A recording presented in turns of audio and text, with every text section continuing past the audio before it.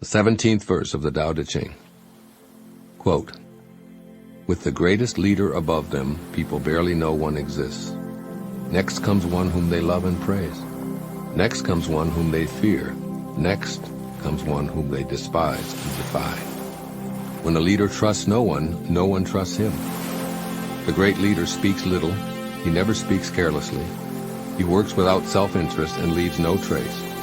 When all is finished, the people say, 'We did it ourselves.'" Unquote. Living as an enlightened leader. To reflect the lesson in this verse of the Tao Te Ching means changing how you see authority, which means viewing great or enlightened leaders as those who don't actually lead anyone. Through the perspective of the Tao, such individuals create an environment where everyone feels that they have a personal responsibility to and are a part of the process. By adopting this model of an enlightened leader, you'll be more than likely to alter the ways you criticize and admire captains of industry, government, or religion, as well as the way you guide others. The advice in this 17th verse is directed toward leaders of all kinds. In fact, you can personalize it by substituting the words parent or teacher for leader. Examine the ways that you view your own tactics and then make the changes that are necessary in order to be someone who makes an enlightening difference in the lives of others. First, you must stay in the background and become an astute observer of what's taking place. Then ask yourself how, without interfering, you can create an environment that will help everyone act responsibly. The Tao advises making yourself as invisible as possible if you truly wish to be an effective leader. Thus, perhaps your best strategy would be to actually leave the room and allow everyone else to act without feeling that they need to impress you. Maybe you should offer a slight suggestion and then an immediate departure. A knowing smile or gesture that conveys to the group that you trust in its ability to figure things out might work best. Possibly what's needed is for you to tell a quick story of how others have resolved similar issues, or you could simply meditate and send positive conflict-resolving energy to all the individuals present. Whatever your decision, you'll be well aware of the need to create an environment where everyone will be able to say, "We fixed it ourselves without the need for any interference from anyone. We really don't need a supervisor." This approach, of course, involves suspending your desire to be seen as a strong authority figure. Truly inspiring leaders get results by their own example. They encourage others to be responsible and do the right thing, but not by proclaiming and bragging about their unimpeachable management. They create space for others to be inspired and to achieve their own greatness. When the time comes for receiving accolades, they dissolve in the background, wanting everyone else to feel that their accomplishments arose from their own leadership qualities. The supreme Taoist leader always leaves people to choose and pursue their own way of life, their own conception of the good. The view of a self-styled authoritarian is not the way enlightened leaders see themselves. Rather, they raise the energy of an environment through a viewpoint that elevates lower inclinations. In this verse, the Tao offers 3 other ways of choosing to be a leader. One option is to make a difference in the lives of others, resolving conflicts through love. By being an instrument of love and making an effort to praise others, this leader stays in harmony with the Tao. Those who are praised are inclined to become self-loving and act in a cooperative rather than a competitive fashion.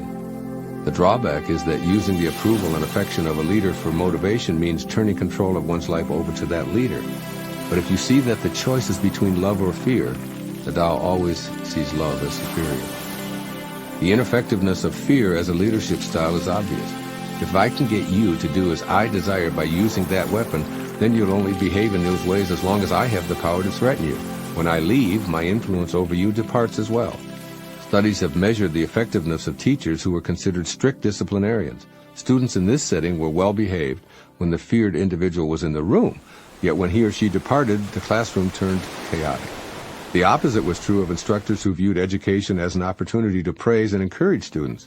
Their presence or absence from the room had almost no noticeable impact.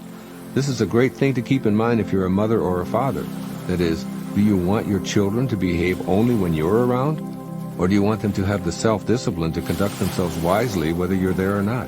I've always believed that parents are not for leaning upon, but rather they exist to make leaning unnecessary. The least effective means for managing others is to use tactics that will encourage them to despise you.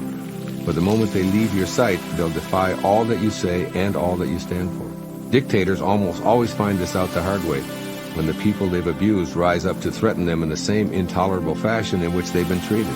Children who despise a parent similarly tend to emulate the hateful tactics to which they were subjected, or they detach themselves completely from that dictatorial adult and spend years attempting to heal the scars from the terrible treatment.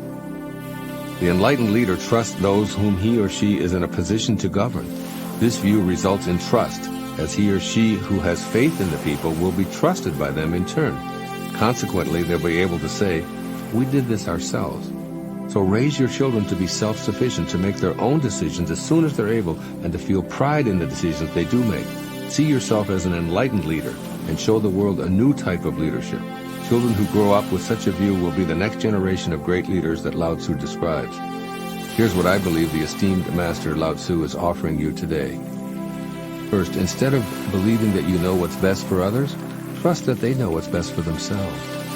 Allow other people to share their thoughts about the path they see for themselves. Let your position be known, but also convey that you trust them to make the right choice. Then step back and peacefully believe that the way you look at this situation will change. Offer praise when those in your charge are making their own decisions, even when their behavior may conflict with yours. Trust yourself to give the best response by not seeing yourself as knowing what's right. Remember this phrase from the Tao Te Ching: when a leader trusts no one trusts him. The surest way to gain the faith of those you govern or supervise is to allow them to make as many decisions as possible. And secondly, take pride in refusing to take credit. If you look at others' accomplishments as a reason for you to be rewarded, promoted, or complimented, change your viewpoint. Let praise go to those who are the beneficiaries of your leadership. Speak less frequently and suspend your self-interest. Instead, allow everyone in your care to speak for themselves.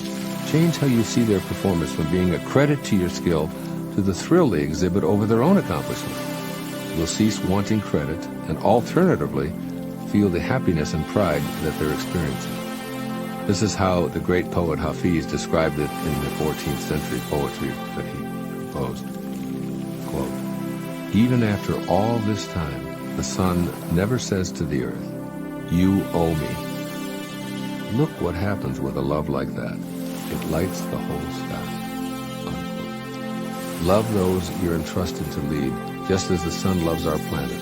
Simply be there to serve, never demanding anything in return. Do the Tao now. Choose some situations with your children or anyone you've been designated to supervise to become an active observer. Nod, smile, frown, or gesture without saying a thing where you previously would have readily interfered. Notice how your active observing impacts those who've been assigned to lead. This is Tao Te Ching.